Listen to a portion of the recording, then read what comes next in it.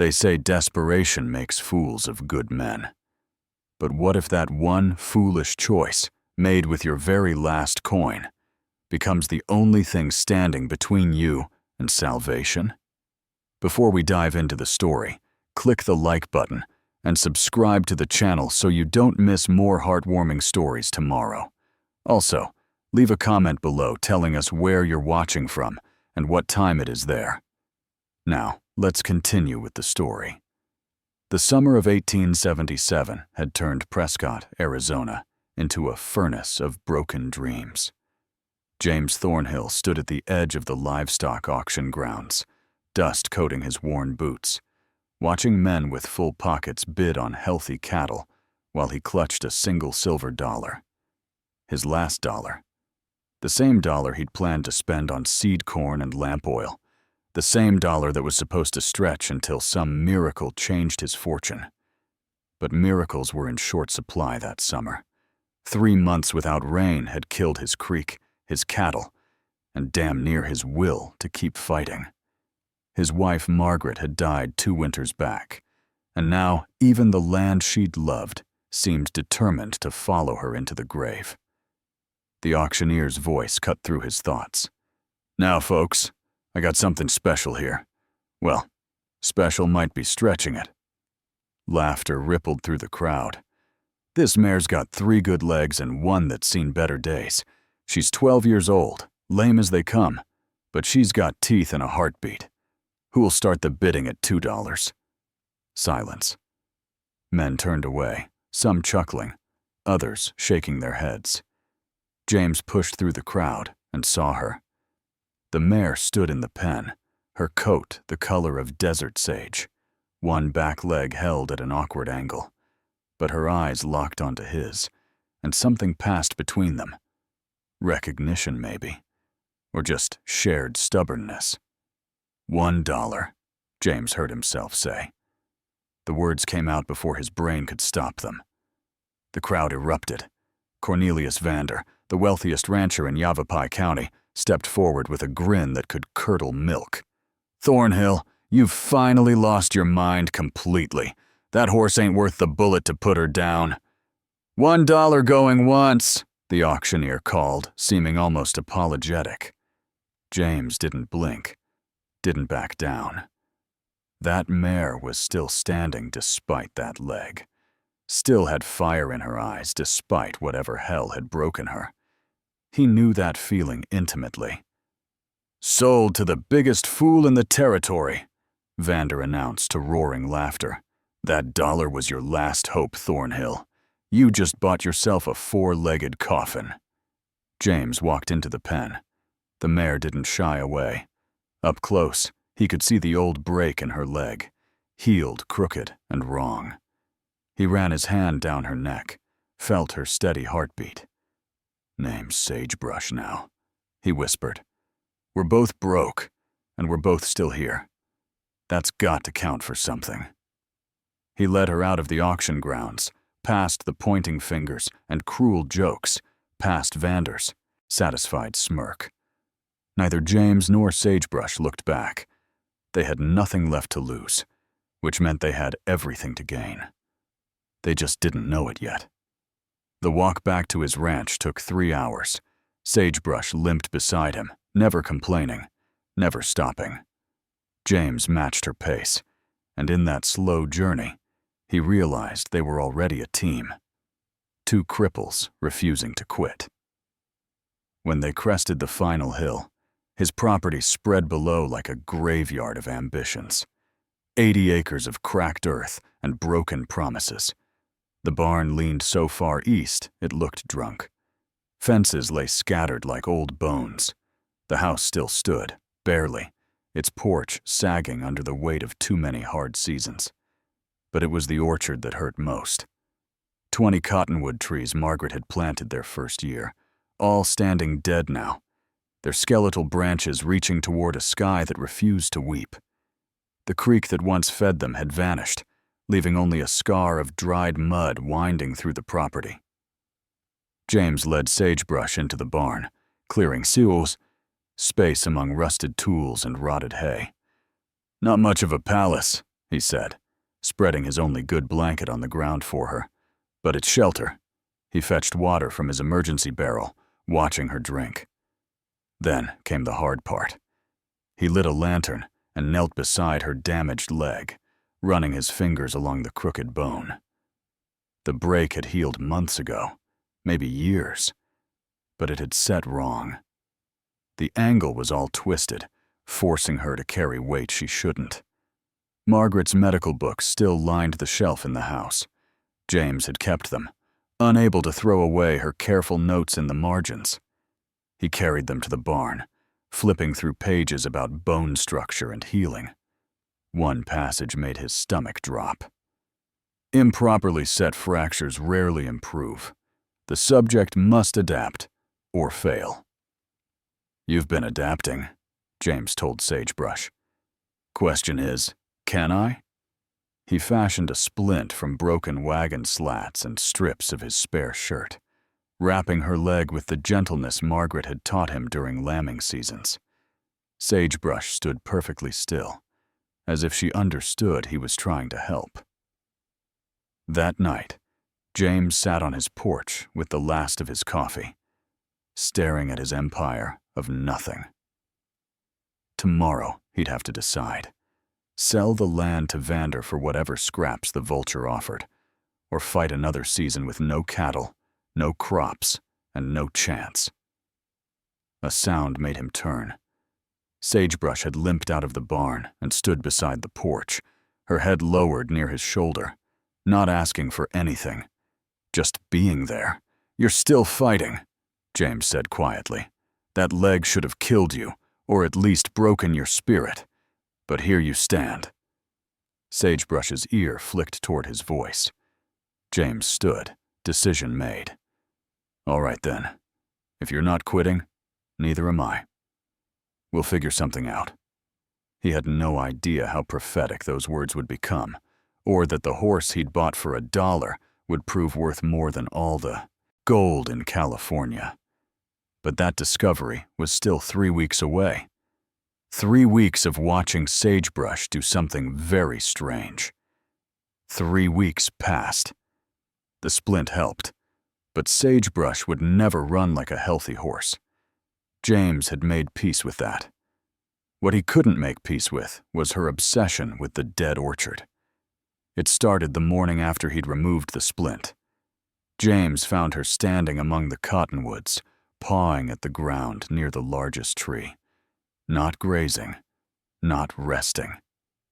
Digging. Her hoof scraped the earth in deliberate, focused strokes. "Come on, girl." Nothing there but dust and regret. He led her away, back toward the barn. The next morning, same spot, pawing, digging, focused on that exact location like it held the secrets of the universe. By day 5, James started paying attention. Sagebrush wasn't randomly digging. She targeted 3 specific spots: the base of the largest cottonwood, a patch of ground near the dried creek bed, and a third location where Margaret had planted her favorite tree, the one that bloomed white flowers every spring before the drought killed it. "What are you looking for?" James asked, watching her work. Sagebrush ignored him, digging deeper, sending dirt flying behind her despite the bad leg. The effort clearly pained her, but she wouldn't stop. James tried leading her to fresh patches of sparse grass. She'd eat for a few minutes, then limp straight back to those 3 spots. Always the same 3, never anywhere else. By week 2, it became a battle of wills. James would close the barn door at night. By morning, she'd somehow nudged it open and be back at the orchard, digging. He'd tie her lead rope to the barn post. She'd pull until the old wood cracked, then return to her mysterious excavation. "You're as stubborn as Margaret," James muttered, watching her work the largest cottonwood's base. She never quit either, when she thought something mattered. On day 16, curiosity overtook frustration. James grabbed a shovel and started digging where sagebrush pawed. If the horse wanted him to find something, maybe he should look. The ground fought him. Hard clay and rocks, baked solid by months of heat. His shovel rang against stone. Sagebrush watched, that intelligent gaze tracking his every movement. When he stopped to rest, she'd nudge his shoulder, insistent. "There's nothing here," James said, wiping sweat from his face. "Just rocks and dead roots." But that night, he couldn't sleep. Margaret used to say animals knew things people forgot, that they sensed water underground, predicted storms, found their way home across hundreds of miles. What if sagebrush sensed something he couldn't? James rose before dawn on day 21 and grabbed his shovel. This time, he'd dig until he hit bedrock or answers, whichever came first. Sagebrush was already waiting at the largest cottonwood, pawing the ground in the pre-dawn darkness. When she saw him coming with the shovel, she stepped back as if to say finally. James thrust the blade into the earth. "This better be worth it," he said. He had no idea he'd just started digging toward the discovery that would change everything. Sleep had become a stranger. James lay on his cot, staring at ceiling beams, his mind replaying the day's digging. 3 hours of back-breaking work had produced nothing but rocks, clay, and more rocks. His hands were blistered raw, his back screamed with every breath. But something gnawed at him, that look in Sagebrush's eyes, like she knew exactly what was down there and was waiting for him to catch up. The moon rose full and bright, flooding through his window. James gave up on sleep and walked outside. Of course, Sagebrush was at the orchard. Always the orchard. She stood at the cottonwood base, but this time she wasn't digging. She was waiting. "Can't sleep either?" James grabbed his lantern and shovel. "Fine. Let's see what's got you so fired up." The moonlight made the landscape almost dreamlike. James thrust his shovel into the hole he'd started, going deeper. 1 foot, 2 feet. The clay gave way to harder stone. He adjusted his angle, working around a large rock formation. Then his shovel hit something different. Not the dull thud of clay or the sharp ring of regular stone. This was a scraping sound, like metal on glass. James stopped, set down the shovel, knelt in the hole and cleared dirt with his bare hands. The lantern light caught something in the exposed rock face. A glimmer, a shine that had no business being there. His heart hammered against his ribs. He scraped more dirt away, revealing a vein of quartz streaked with something that reflected the lantern flame like captured starlight. Yellow, metallic, unmistakable. "No," James whispered. "No, that's not possible." He'd seen gold before. Every rancher in Arizona Territory had, in assayers' offices or miners' pouches. This was it. Gold-bearing quartz, running through the rock like veins of lightning. His hands shook as he dug faster, following the vein. It widened, branched, disappeared deeper into the earth beneath his property. James stood, breathing hard, trying to process what he'd found.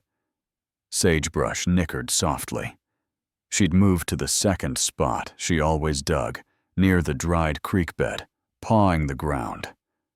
"You've got to be joking," James said. But his legs were already moving, shovel in hand.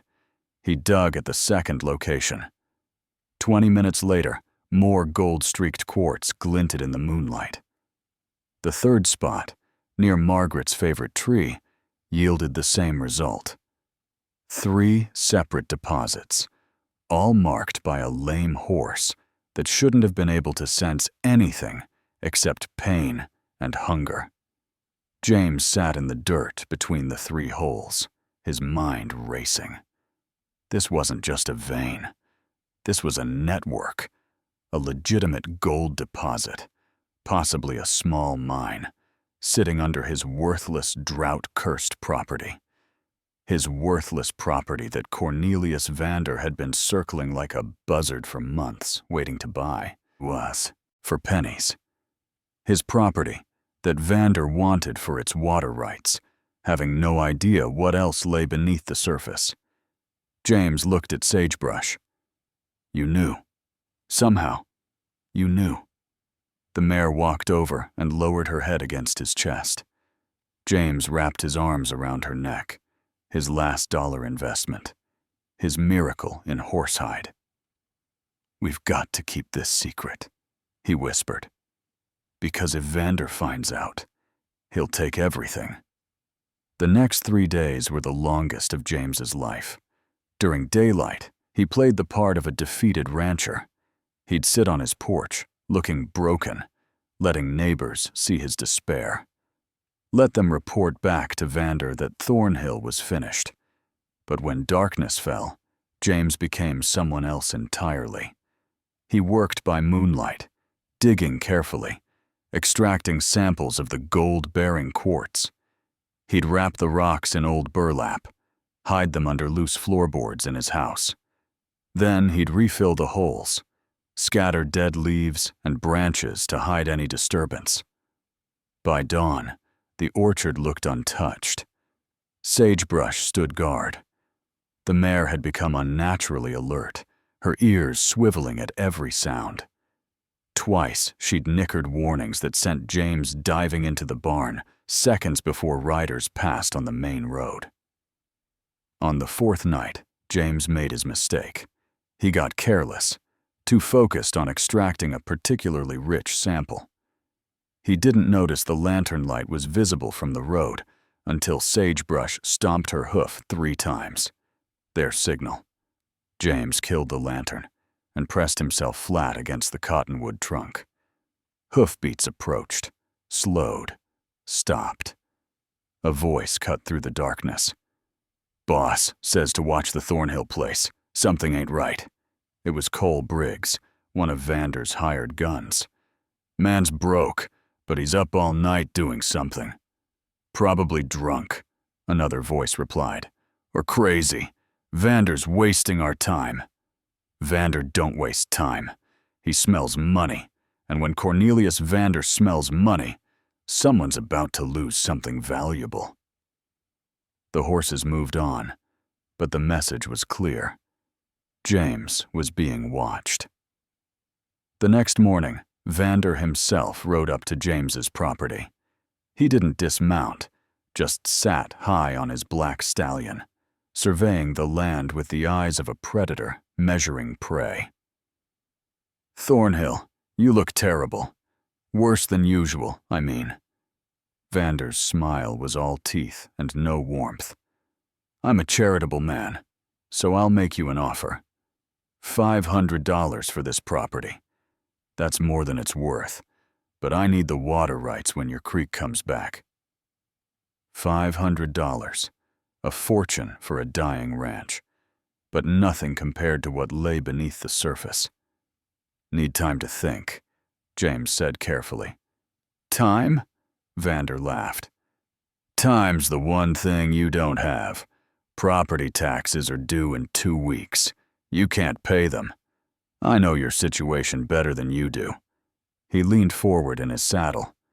What I don't know is what you're doing out here at night. My men say you've been busy.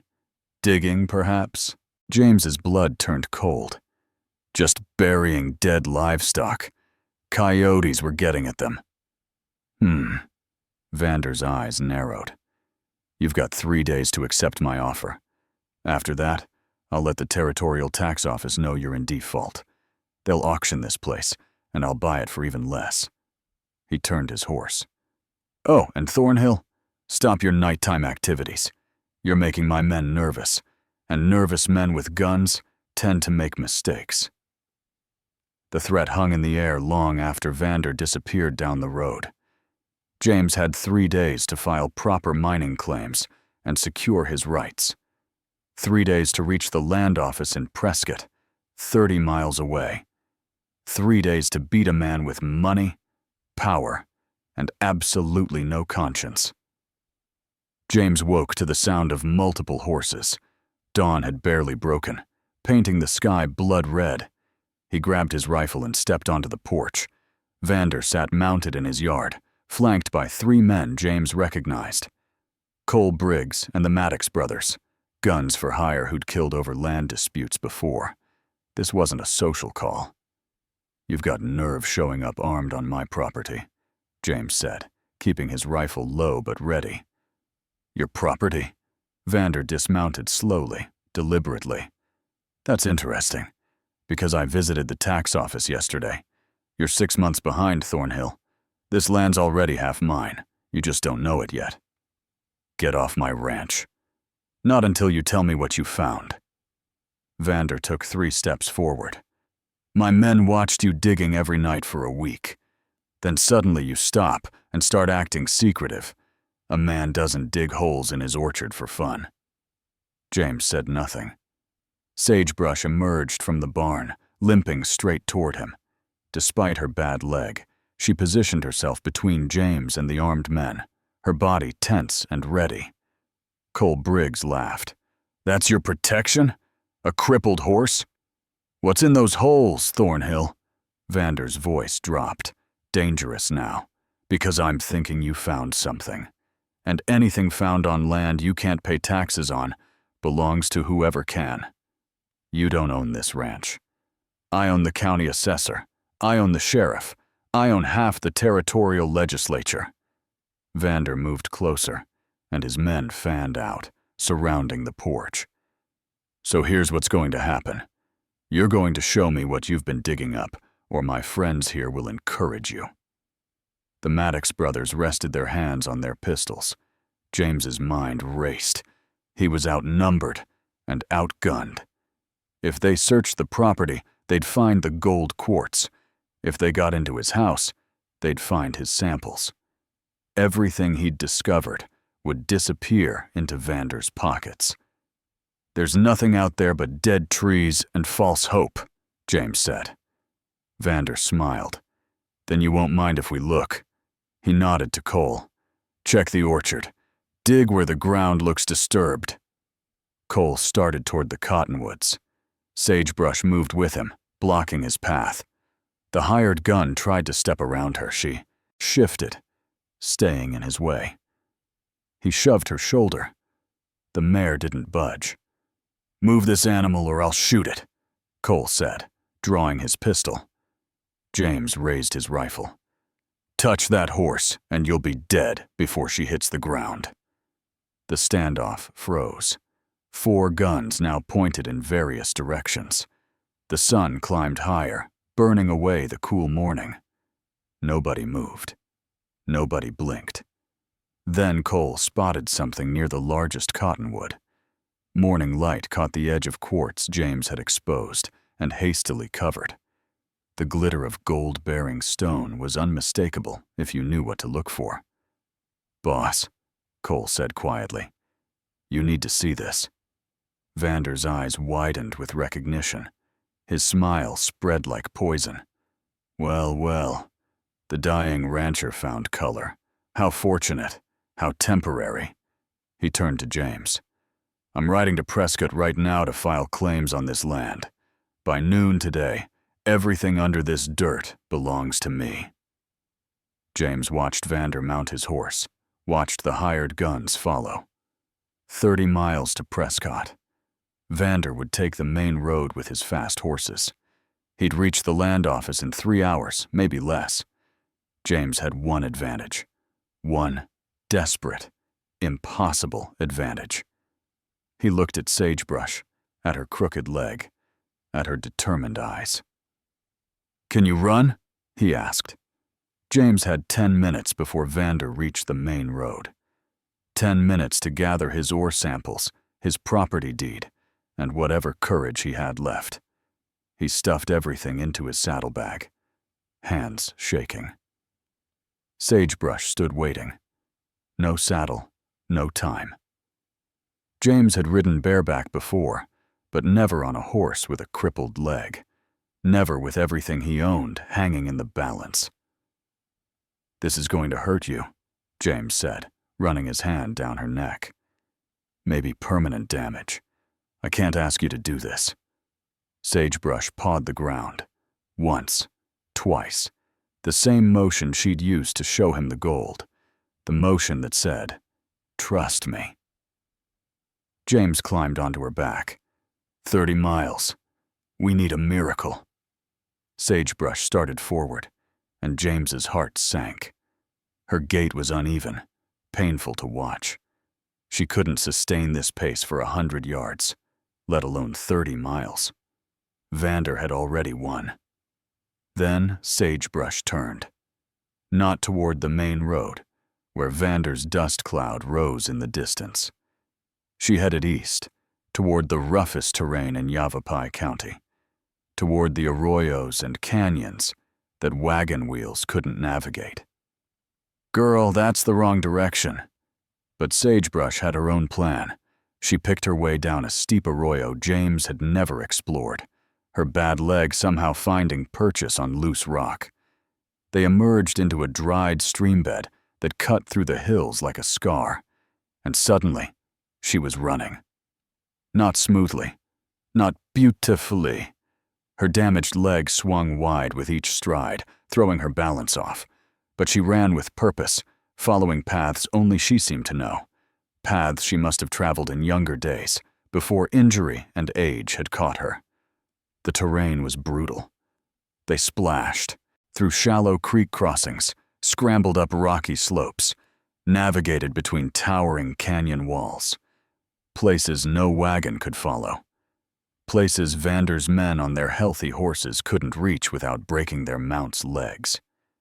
2 hours in, James realized Sagebrush was cutting the distance by half. She knew shortcuts through Mingus Mountain's foothills that didn't exist on any map. Every time James thought they'd hit a dead end, she'd find a gap in the rocks, a hidden trail, a way forward. But the cost showed. Foam flecked her neck. Her breathing came in ragged gasps. The bad leg was taking punishment no bone should endure. James could feel her struggling, fighting her own body to keep moving.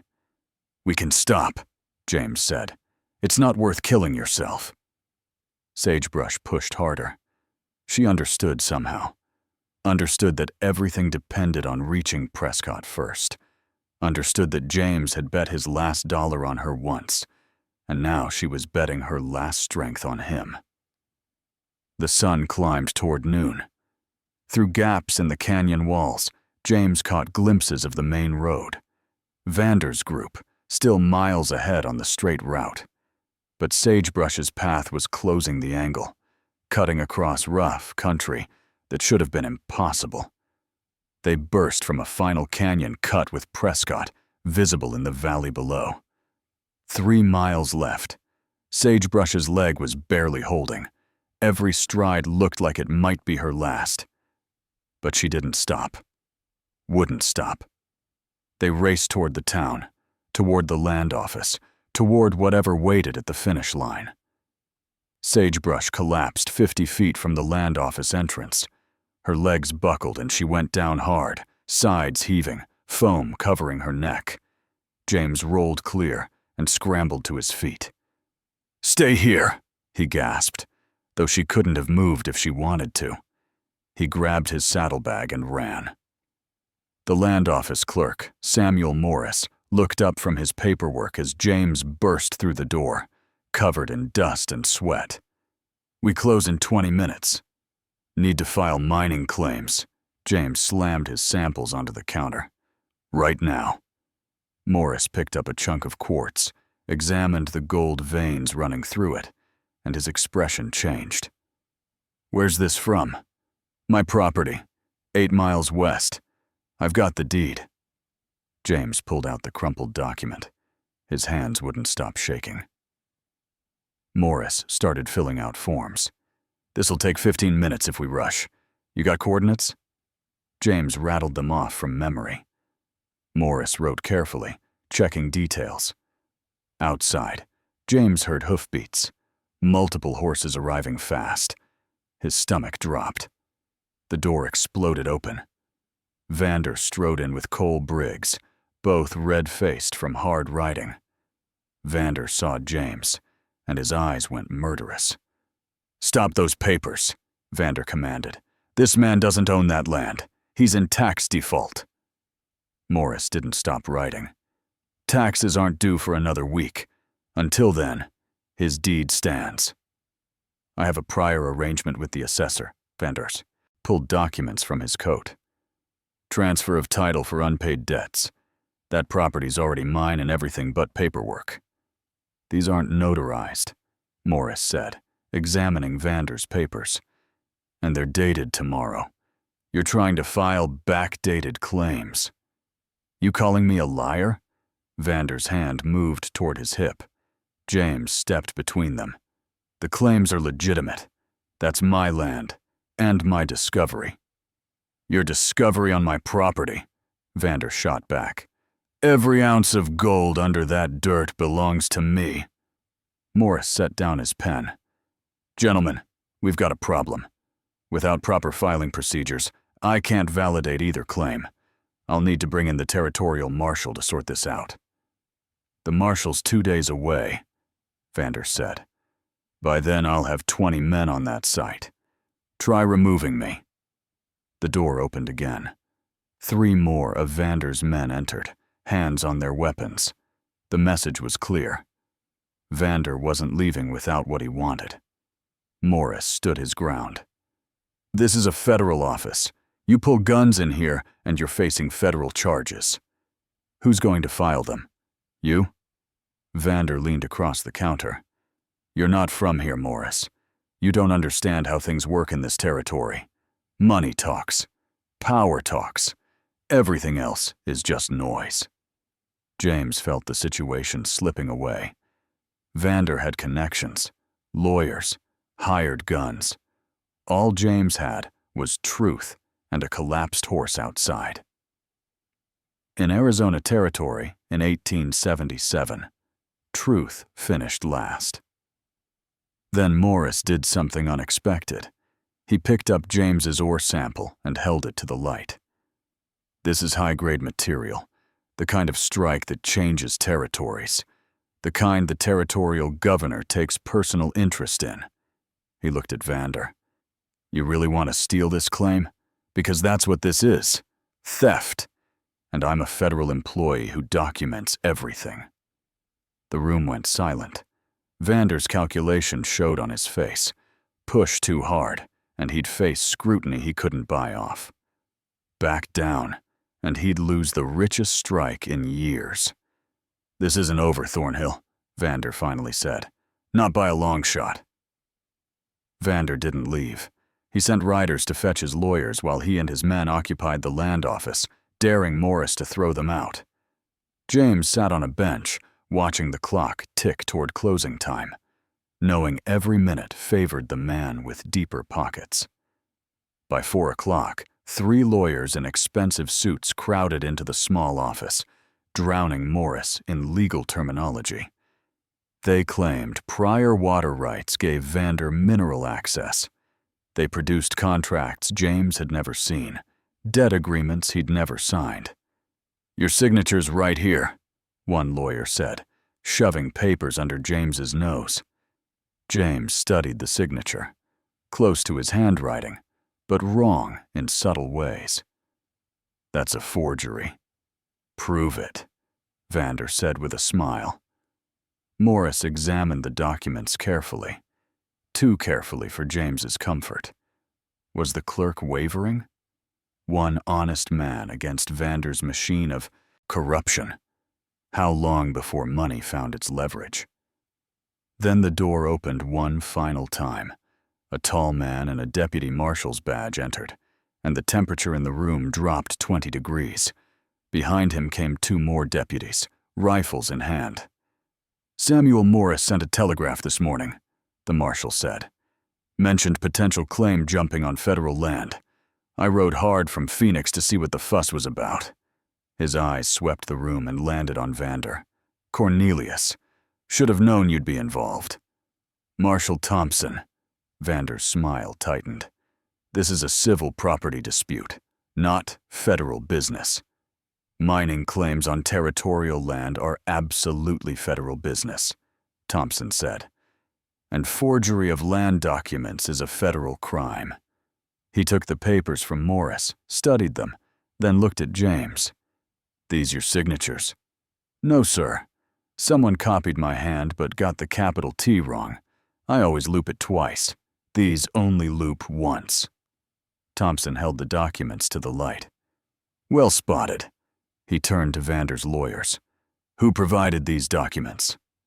The lawyer suddenly found the floor fascinating. Thompson's expression hardened. That's what I thought. You boys can ride back to wherever Vander keeps his legal vultures. Your client's about to have bigger problems. You can't prove anything, Vander said, but his voice lacked conviction. I can prove you tried to file fraudulent claims to steal another man's legal discovery. That's 5 years in Yuma prison. Thompson nodded to his deputies. Escort Mr. Vander and his associates outside. If they resist, arrest them. Vander's face went purple with rage, but he wasn't stupid enough to fight federal marshals. As his men filed out, he stopped at the door. You think this ends here, Thornhill? I own this territory. Federal badges don't change that. Actually, they do, Thompson said. And I'll be watching your operations real close from now on. Every contract, every deal, every claim. Might want to get your affairs in order. After they left, Thompson turned to Morris. Finish the paperwork. Morris completed the filing with swift strokes, stamped it official, and handed James his certificate. Congratulations. You're now the legal owner of mining claims on your property.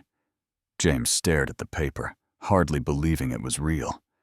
Outside, through the window, he could see Sagebrush struggling to stand. She'd gotten back up, despite everything, waiting for him. I need to get my horse home, James said. Thompson followed his gaze. That the lame mare you rode here on? Someone said you beat Vander's men by 3 hours through impossible terrain. She knew the way, James said simply. She knew everything. 6 months later, James stood in his rebuilt barn, watching Sagebrush eat from a trough filled with the best oats money could buy. Her stall was twice the size of most, lined with fresh straw, warm even in winter. She'd earned it. The Arizona Territory Mining Syndicate had purchased mining rights for $35,000. James kept the land, kept his home, and kept his promise to the horse who'd saved everything. The ranch looked different now. New fences stood straight and strong. The barn had a fresh roof. His house had glass windows instead of oiled paper. Water flowed again, pumped from the aquifer Vander had wanted so badly. But the orchard remained untouched. Those dead cottonwoods still stood as monuments to what Margaret had planted and what Sagebrush had revealed. James couldn't bring himself to remove them. They were part of the story now. Word had spread fast about the lame horse who found gold.